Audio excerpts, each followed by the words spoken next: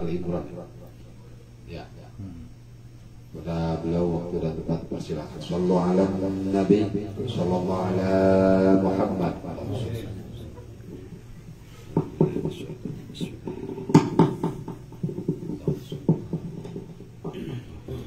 Bismillahirrahmanirrahim. Assalamualaikum warahmatullahi wabarakatuh.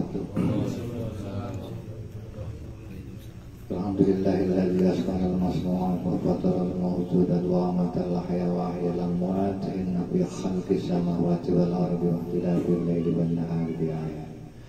Allahumma shalli wa sallim wa barik ala sayyidina Muhammadin wa ala alihi wa sahbihi ajma'in.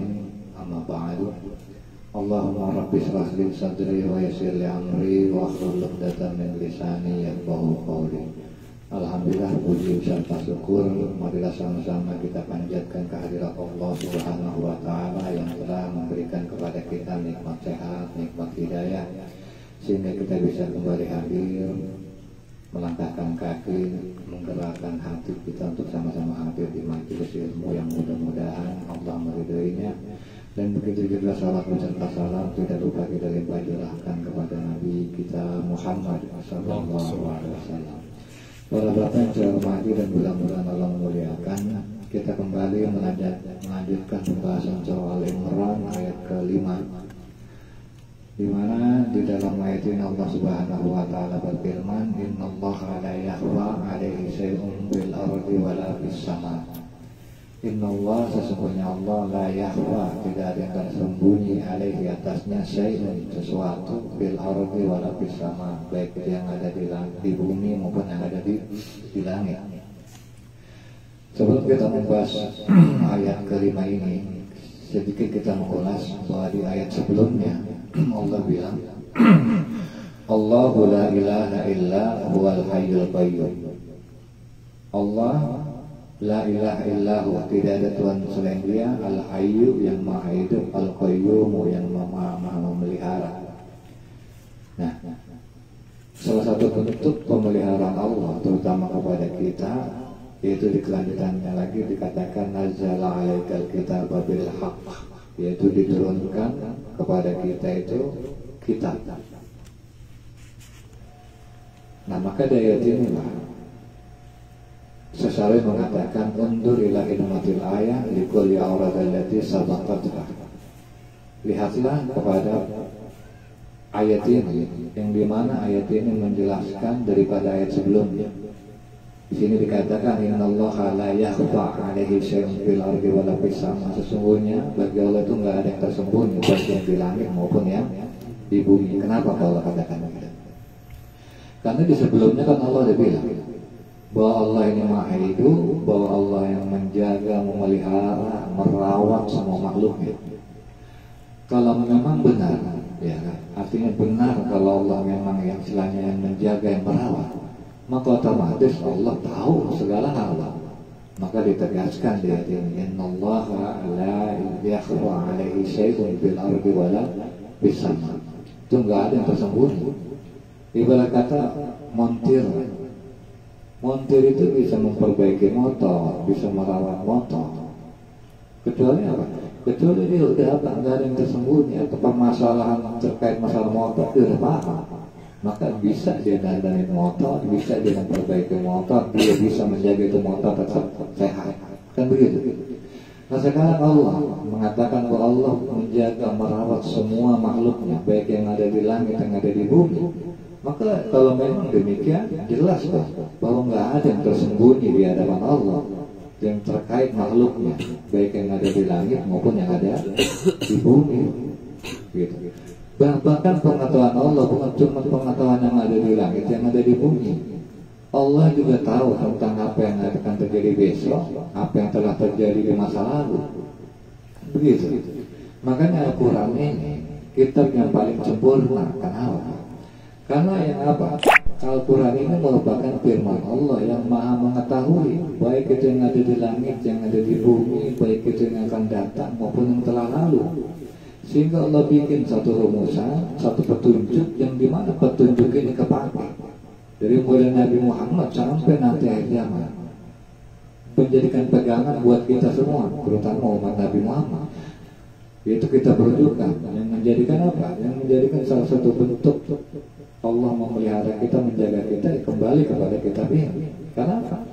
Karena kitab ini yaitu merupakan firman Allah yang Maha mengetahui segala sesuatu. Makanya namanya kitab Allah, yaitu Al-Quran, enggak ada istilah revisi kecuali undang-undang atau peraturan yang dibuat manusia. Karena yang buat manusia yang nggak tahu masa depan, yang nggak tahu yang akan datang, maka wajar kalau ada revisi. Kenapa? Oh ternyata ada masalah baru, ada kasus baru, berubah.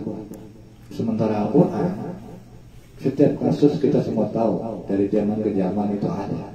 Tapi Al-Quran itu nggak pernah ada penambahan maupun pengurangan. Kenapa Pak? Ini merupakan suatu bentuk innallaha la yakhfa 'alaihi syai'un fil ardi wa la fis sama. Dan juga Allah mengetahui di situ, daripada merupakan bahwa Allah Maha mengetahui atau nggak ada yang tersembunyi di hadapan Allah. Dan juga di kelanjutan ayat Allah Subhanahu wa taala berfirman, Allah itu huwallazi yusawwirukum fil arhami kaifa yasha. La ilaha illahu al-azizul hakim. Huwa, yaitu Allah, dia allazi yang yusawwirukum, membentuk kamu fil arham, di dalam rahim ibu kamu, kaifa yasha, sebagaimana yang dia kehendaki. Artinya apa? Setiap kita ini pada awalnya itu dibentuk di salah satu anggota tubuh yang kita kenal rahim, yang menjadi unik. Kenapa? Salah satu asma Allah, satu-satunya, salah satu asma Allah, satu-satunya yang ada, yang atau yang dinamakan anggota tubuh yang dengan asma Allah itu cuma satu, rahim. Asma Allah itu, jadi seanggota tubuh yang ada di diri manusia itu satu yang pakai asma Allah, rahim. Kenapa Pak dikatakan dia rahim? Atau yang apa? Rahim yang ada di diri wanita dikatakan rahim? Karena rahim ini itu apa? Salah satu wadah di mana bentuk kasih sayang Allah tercurah di situ. Ya kan? Mulai kita dibentuk menjadi manusia, mulai dari setetes air mani, ya kan? Ketika air mani itu bertemu dengan sel telur, lalu menempel di dinding rahim, maka berbentuklah kita dari mulai segumpal darah, segumpal daging dan seterusnya. Itu merupakan apa? Bentuk kasih sayang Allah. Dan kenapa Pak? Bayi, ya kan? Ketika dia lahir ke dunia dalam kondisi nangis, yang namanya nangis sebagai seorang anak itu kan salah satu bentuk ungkapan dia nggak nyaman. Kalau dia kencing nggak betah nangis. Kalau dia lapar nggak enak, bahasanya cuma nangis. Kan gitu. Dan ketika dia lahir dia nangis. Kenapa? Karena tempat ternyata dia berpindah dari tempat yang sebelumnya dia memiliki rasa nyaman itu dalam rahim, dalam lingkupan kasih sayang Allah, dia keluar atau dilahirkan ke dunia. Yang memang sama kita tahu dunia tidak memberikan rasa nyaman lebih ketimbang dalam kondisi ketika kita di dalam rahim. Begitu. Dan di sini dikatakan yusawwirukum fil arham, yang dimana di rahim itu Pak, kita dibentuk tuh. Mulai dari jenis kelamin kita apa, laki-laki apa perempuan. Dan yang paling menakjubkan, di rahim juga mulai dibentuk tuh kita punya yang namanya sidik jari.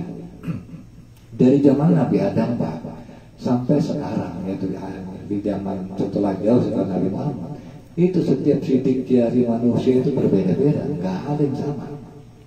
Dari zaman Nabi Adam sampai sekarang, setiap manusia mudah apa jumlahnya entah berapa miliar atau berapa triliun manusia, itu sidik jarinya nggak ada yang sama. Kalau kita mau bikin itu cetakan berapa banyak Allah punya cetakan, kan gitu. Maka nggak berlebihan di kelanjutan ayat katakan la ilaha illahu, tidak ada Tuhan selain dia al-aziz yang maha perkasa, yang bisa bikin apa? Bikin itu sidik jari setiap manusia berbeda-beda. Dan apa? Al-hakim, dan apa? Bijaksana.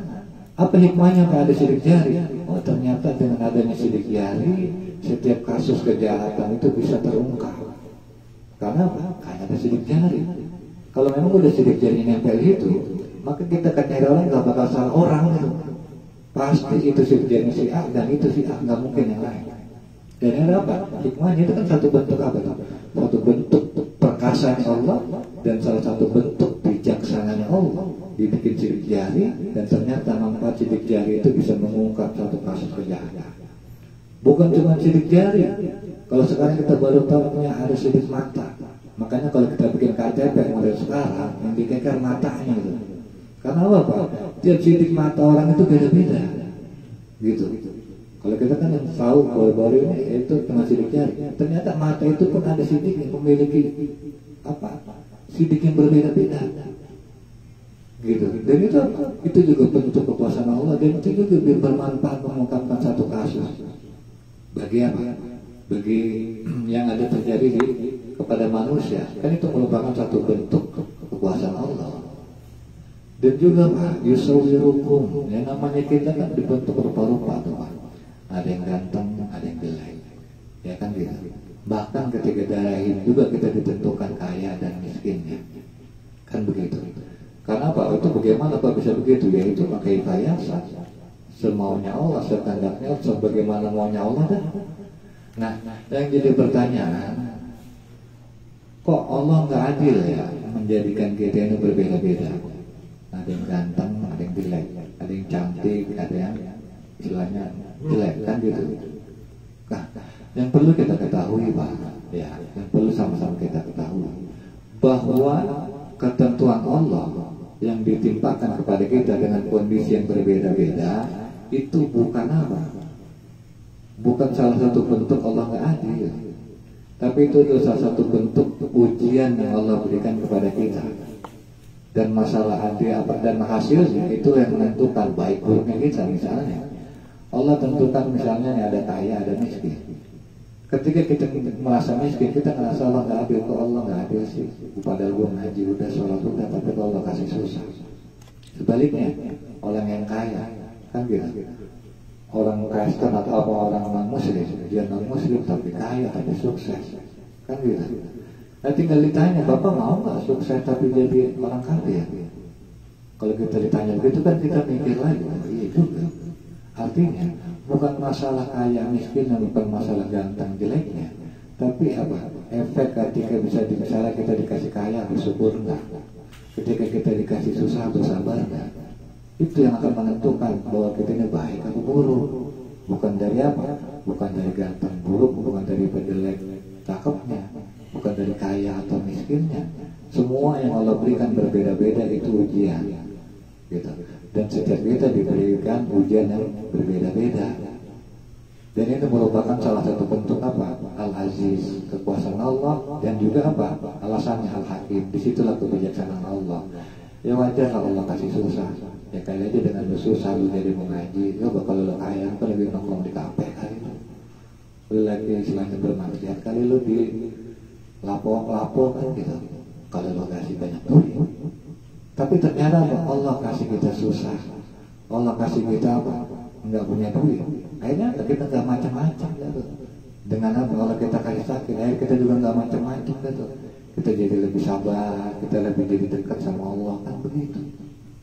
Salah satu bentuk daripada Allah itu Al-Hakim, bahwa Allah itu bijaksana. Jadi apapun takdir atau bentuk atau rupa yang Allah udah kasih kepada kita, maka yang perlu kita sadari adalah apa? Allah itu Aziz. Artinya apa? Ya Aziz lebih kuasa. Artinya kita pengen ganteng nggak dikasih ganteng, kita pengen kaya nggak dikasih kaya. Ini menandakan bahwa lu nggak memiliki keperkasaan sama sekali. Yang memiliki keperkasaan itu cuma Allah.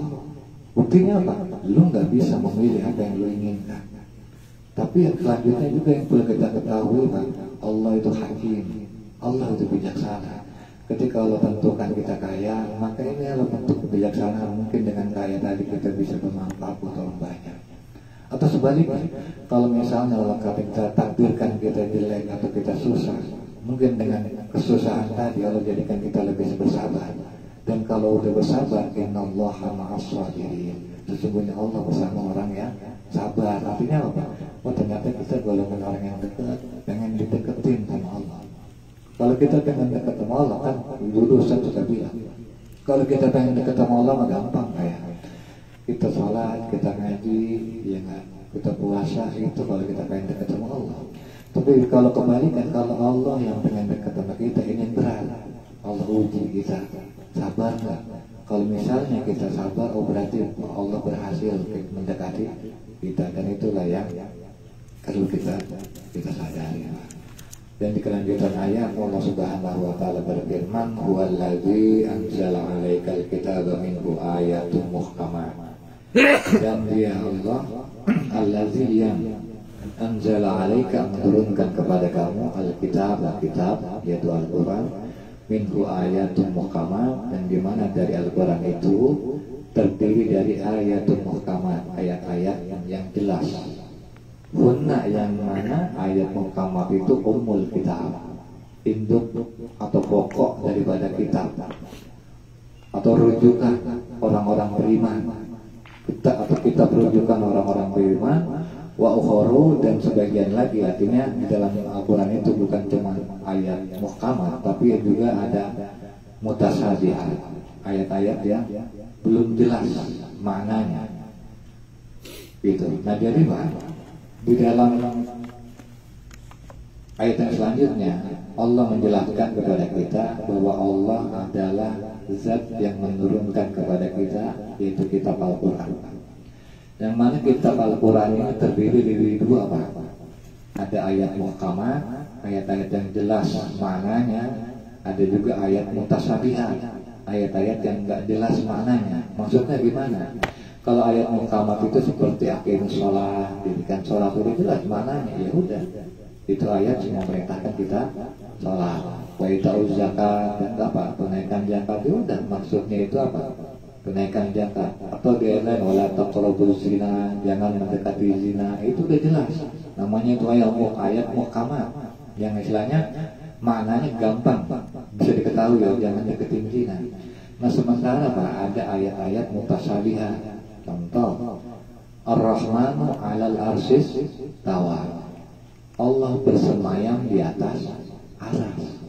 Nah, bersemayam, atau kalau bahasa kita duduk di atas aras, ini kan ayat mutasabihat, ayat yang maknanya itu masih belum jelas. Bagaimana Allah bersemayam? Apakah berarti Allah membutuhkan tempat? Mustahil Allah membutuhkan tempat, kan tempat itu baru ada, kan itu di keadaan diciptakan Allah. Nah bagaimana Allah sebelum ada sebelum ada tempat itu di mana Allah? Kan begitu tuh, ada apa? Jadi timbul permasalahan. Nah itu seperti itu ayat-ayat mutasabihat. Nah seperti di kelanjutan ayat juga, sebelum kita bahas lebih jauh, di kelanjutan ayat Allah Subhanahu wa taala berfirman, "Fa'amal ladzina fi qulubihim zaygun," dan adapun orang-orang yang apa? Fi qulubihim, dalam hatinya zaygun, ada kesesatan, fayattabi'una ma tasabaha, maka dia mengikuti sesuatu daripada ayat-ayat mutasabihat itu, ibtigha al-fitnah, untuk mencari fitnah, wa ibtigha at-ta'wil, dan untuk mencari takwilnya. Wa ma ya'lamu ta'wilahu, dan tidaklah mereka akan mengetahui takwilnya, itu ayat mutasabihat, illallah, kecuali Allah. Maksudnya begini, Pak. Jadi di antara ayat-ayat mutasabihat itu kalau di zaman Rasul atau mungkin zaman sekarang ada orang-orang non-muslim, terutama Nasrani, yang sering menyelewengkan ayat-ayat Al-Quran, yaitu ayat-ayat mutasabihat. Salah satu ayat-ayat yang diselewengkan oleh mereka itu apa? Yaitu seperti innamal masihu Isa bin Maryam Rasulullah, sesungguhnya, dan hanyalah Al-Masihu bin Maryam, yaitu Isa bin Maryam, Rasulullah, utusan Allah, wa kalimatuh, yang diciptakan dari kalimatnya, Al-Qaha, yang disampaikan ila Maryam, kepada Maryam, wa ruhu minhu, dan ditiupkan ruh dari Allah, ditiupkan ruh darinya. Nah, ini kan ayat yang istilahnya maknanya belum jelas, tapi diselewengkan Tuhan benar. Di Al-Quran itu dibilang bahwa Maryam, Isa bin Maryam itu diciptakan dengan kalimatnya, dengan kata kun, dan juga ditiupkan ruh dari Allah, ruh Allah, kan gitu. Kalau sekilas itu diselewengkan sama orang Nasrani, dia bisa. Terlebih ketika orang-orang yang berimannya ini nggak mantap keimanannya. Nah lantas bagaimana kita menyikapi hal itu? Kan gitu. Itu salah satu di antara yang lain. Juga ada juga dikatakan apa? Idza qala Allahu ya Isa. Ingatlah qala Allah ketika Allah berkata kepada Isa, ya Isa, wa Isa, ini sesungguhnya aku mutawaffika, mengambil kamu, wa rafi'uka ilayya, dan mengangkat kamu ilayya kepada aku. Kan gitu. Ini juga ayat mutasyabihat yang dulu juga diselewengkan sama orang-orang Nasrani ketika dulu, entah kalau zaman sekarang, yang dipadikan pakai dalil pembenaran bahwa Isa adalah anak Tuhan. Kan begitu. Nah, lantas bagaimana kita sebagai orang-orang beriman menyikapi tentang ayat-ayat mutasyabihat ini, atau ketika ada orang non-muslim menjadikan ayat-ayat ini sebagai apa? Libjigha fitnah, untuk mencari fitnah.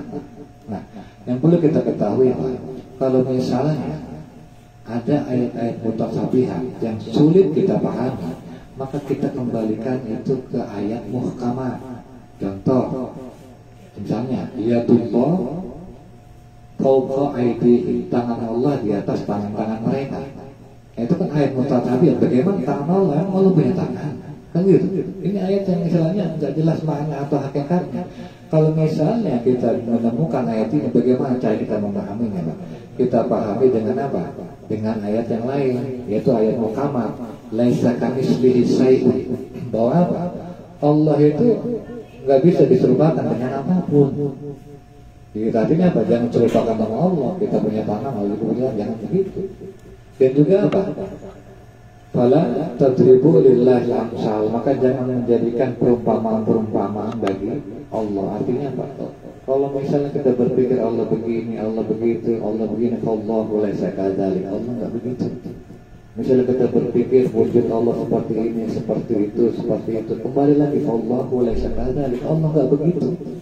Karena apa? Laisa kamitslihi syai'un. Allah nggak bisa diserupakan dengan apapun.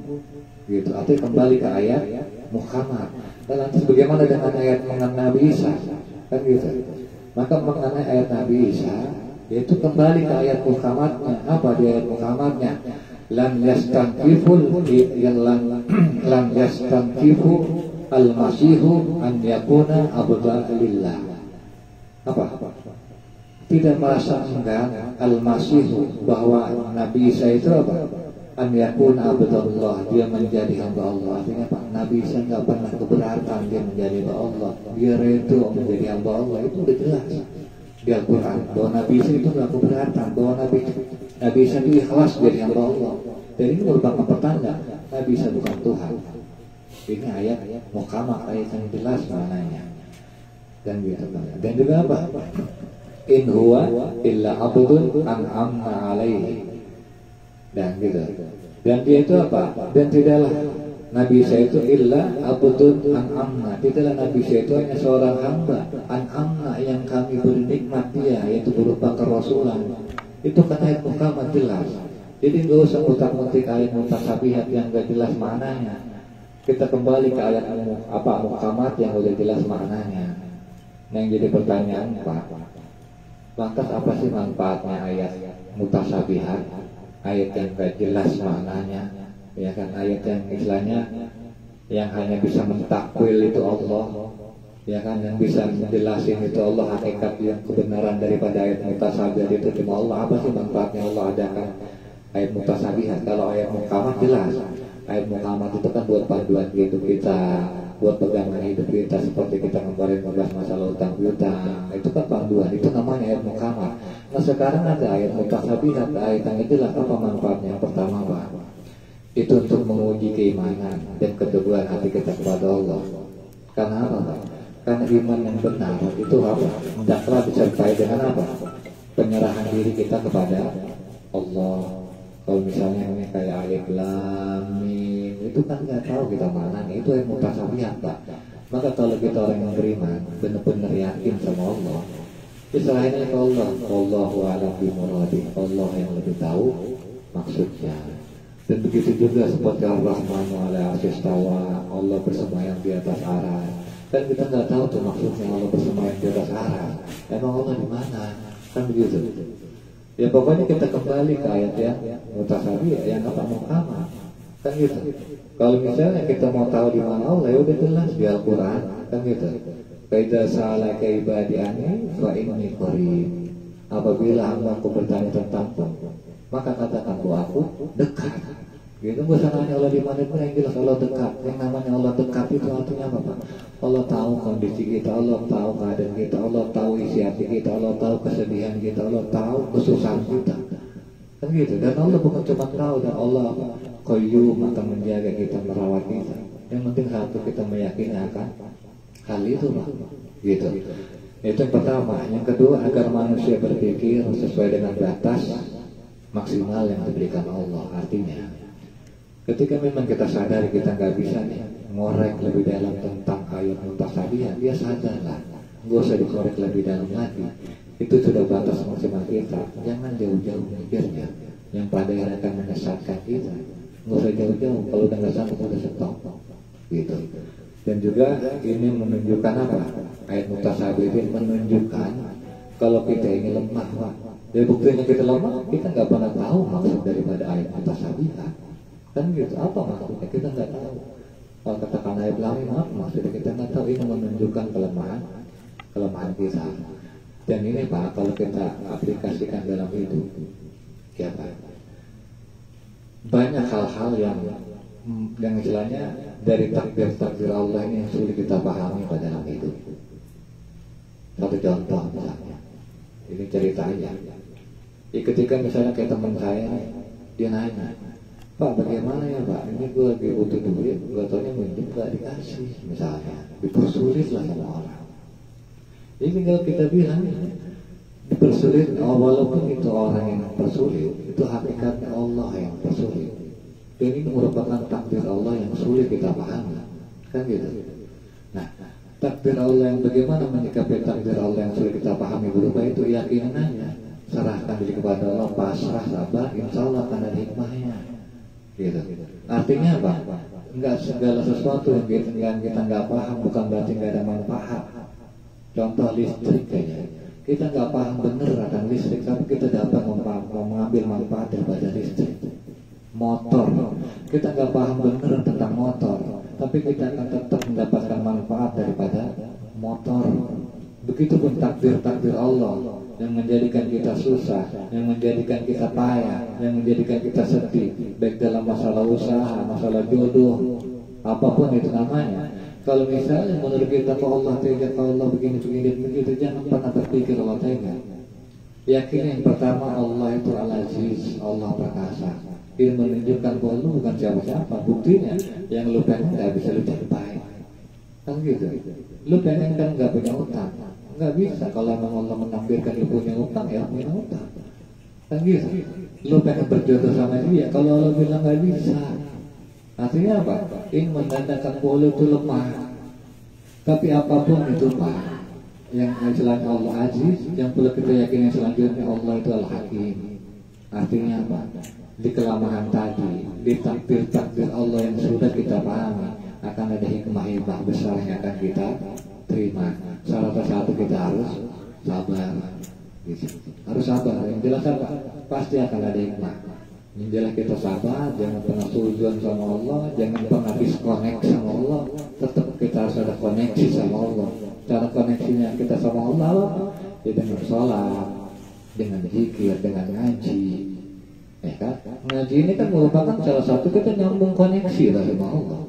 Gitu Pak, nyambung koneksi. Buktinya apa? Petunjuk-petunjuk Allah tetap bisa transfer ke hati kita, tetap bisa jadi panduan hidup kita. Ini salah satu bentuk kita tetap koneksi sama Allah. Jangan lepas.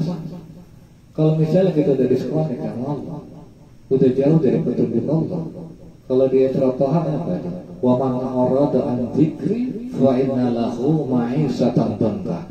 Barang siapa yang berpaling an-dzikri, daripada peringatanku, daripada petunjukku, daripada mengingatku, daripada Al-Quran, fa inna lahu ma'isatan dhanka, maka sesungguhnya baginya itu apa? Penghidupan yang sempit. Udah dibikin susah, biar kata kita kaya susah juga. Namanya penghidupan sempit, masalah yang sebenarnya mudah, jadi dibikin rumit sama dia. Gara-gara apa? Dia berpaling sama Allah.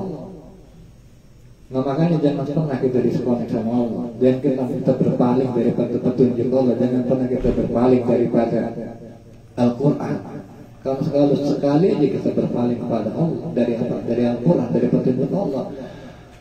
Apa? Ma'isah tangga kita akan dapat kehidupan sempit di dunia apa? Di akhirat apa? Di akhirat kita akan dibangkitkan dalam keadaan buta. Dalam keadaan buta maksudnya gimana? Ya udah, ketika di akhirat udah nggak ada yang bisa diharapin lagi, nggak ada yang bisa kita pegang lagi. Karena kalau misalnya ibarat kata begini Pak, kita tidur nih, ya kan, pas tidur ribut-ribut tsunami, ribut-ribut banjir, ya kan, kita gelap-gelapan. Cuman ketika kita bangun kita buta. Orang pada sibuk urusan masing lari sono lari sini, kita buta. Kita lari bentok tembok, kita lari sini ke jedot pintu.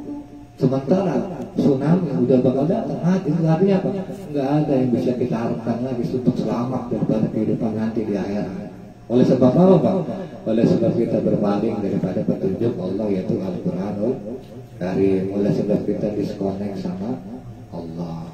Dan mungkin itu saja yang saya akan sedikit dijelaskan oleh Ustaz Abdul Hamid. Kepada beliau saya persilakan. Assalamualaikum warahmatullahi wabarakatuh.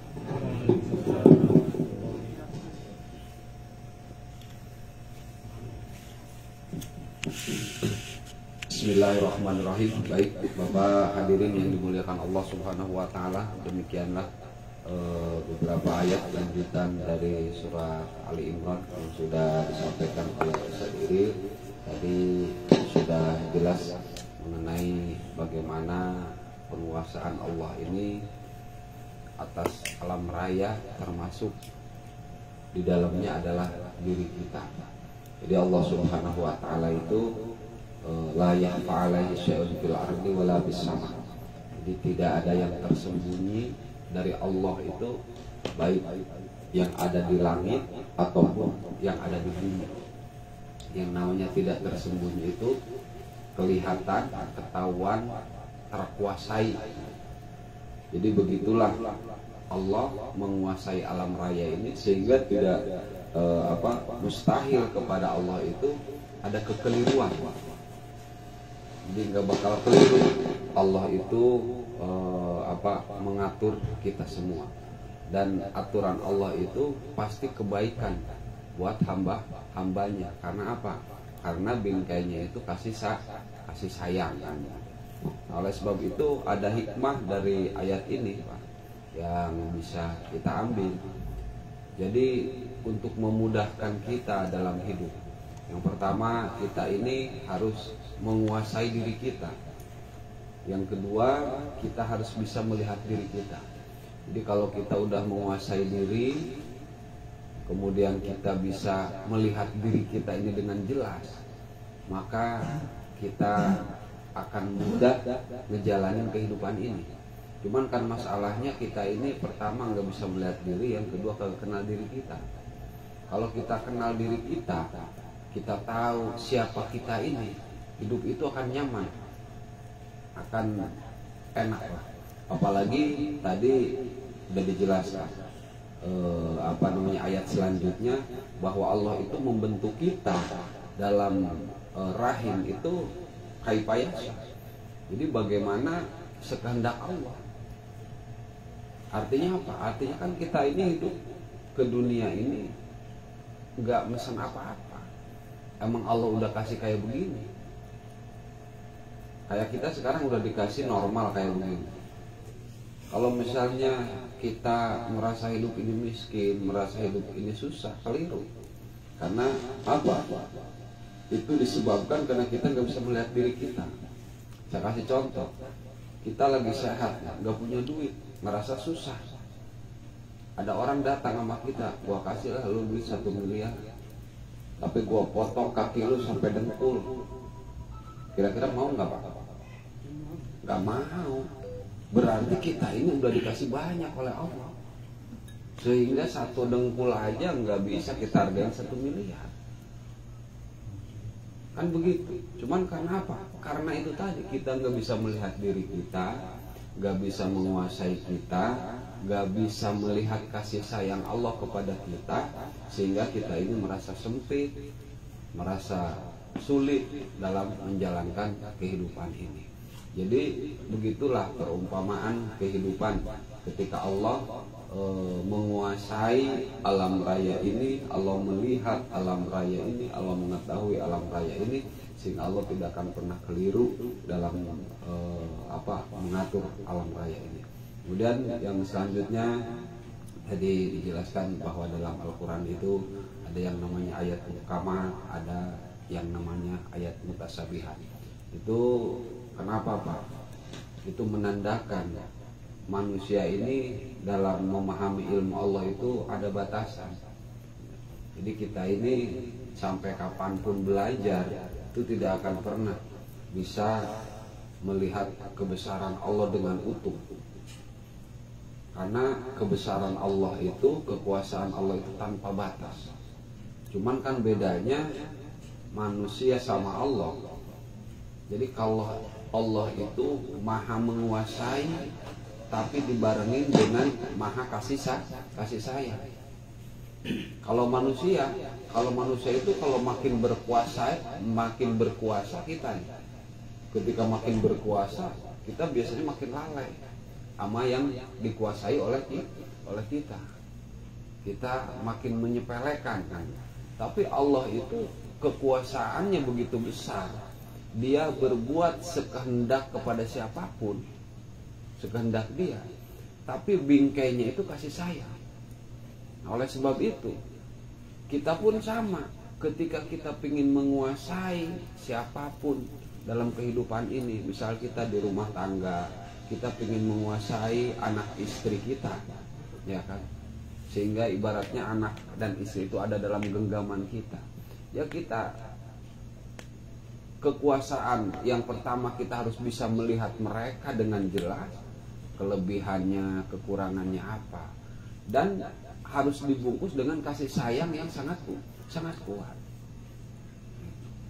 Allah itu kan begitu. Kita ini kan hidup harus bisa mencontoh dari sifat-sifat Allah, dari sifat kebesaran Allah Subhanahu wa Ta'ala. Sehingga apa? Sehingga kalau kita bisa melihat hal-hal seperti itu dari kebesaran, kemudian dari kasih sayang Allah, maka kita pun akan bisa merangkai kehidupan ini dengan indah, akan bisa merangkai kehidupan itu dengan nyaman, dengan siapapun. Akhirnya apa? Akhirnya hidup ini akan terasa nikmat.